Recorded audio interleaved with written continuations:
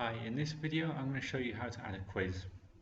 So choose whichever topic that you want to add the quiz in, go to add an activity or resource and scroll down until you find quiz. Click add. Then with everything in Moodle you need to give it a name. Now I suggest giving it as descriptive name as possible, then that avoids having to put in the description as well. Now guys, there's loads of options with quizzes, okay?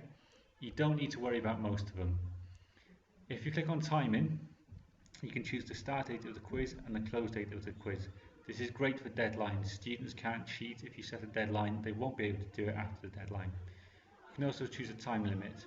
Now, if you don't choose these things, the quiz is open for the students to try it whenever they want. Now, the good thing about that is it's a practice quiz. Obviously, if you want a more serious, formative or summative quiz, then you need to set a deadline for them and a time limit. Now, if you choose grade, we still need to sort out grades, but you can set the grade to pass here to whatever you want as a number out of 100. You can allow unlimited attempts or 1, 2, up to 10. And in the grading methods, so for example, if you allow them 3 attempts, you can take the average grade, the first attempt or the last attempt, or the highest grade if you're going to be nice. Layout is just basically how many questions per page. So you can have up to 19 questions per page. I would suggest about 4 or 5 because that's a good amount to have on the screen without annoying the students. Question behaviour, you can shuffle them. So one student's question 1 will be different to another student's question 1. How questions behave, you can either have adaptive, deferred, immediate feedback. Now, as you notice with adaptive, if you give them feedback during the quiz and they can attempt it, then this will allow them to get the same grade as another student who had it on one attempt only. If you don't want them to be penalised, you cannot have them penalised. If you want them to be penalised, just choose this one. Deferred feedback means you'll give them feedback at the end, or you can give them feedback straight away with immediate feedback. Don't worry about CBM for now, guys. I always leave it deferred feedback for at the end. You can show more if you want to, you can go into that yourself. Review options. Now this is, you allow the students to review their quiz, okay? So they can review during the attempt, straight away after, later as long as the course is still open, and they can review after the course is closed. Okay, so whichever you want, whenever you want to review, do it. Just take what you want. Appearance is nothing to worry about. It's just whether you want to show a pretty picture and whether you want decimal points in the grades. Now, extra restrictions on attempts. Now, if you set the attempts to 2, for example, you can set a password for the second attempt. Now, this might be useful for students who have a genuine reason to retake the test, and you don't want to have to go through the hassle of setting up a new test for them.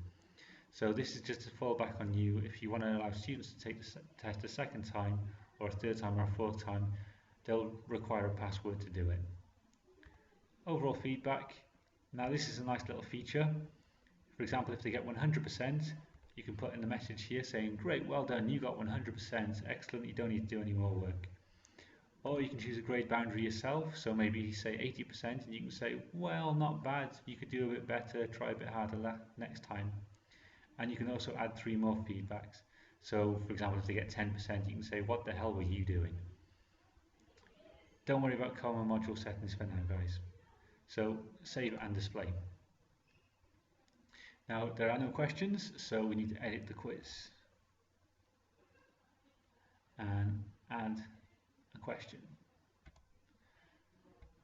Now if you've made questions before, you can choose it from a question bank. I don't have any questions, so I need to add a new question.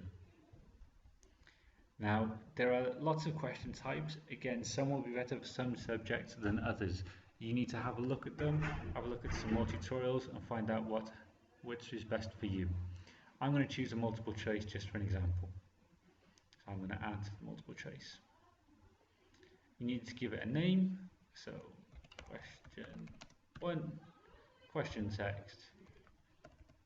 Who is the best ICT teacher?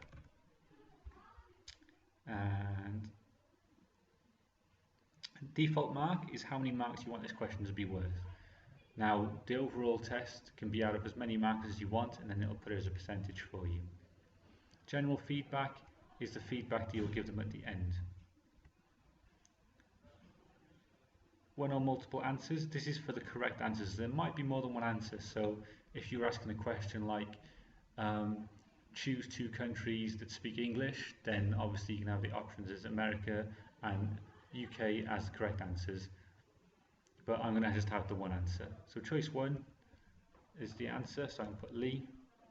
Grade, it's going to be 100% of the grade if they get this right, and the feedback is going to be yeah. Choice 2, and put ASEM. Grades, percentage, none. Feedback, wrong. It's Lee. Duh.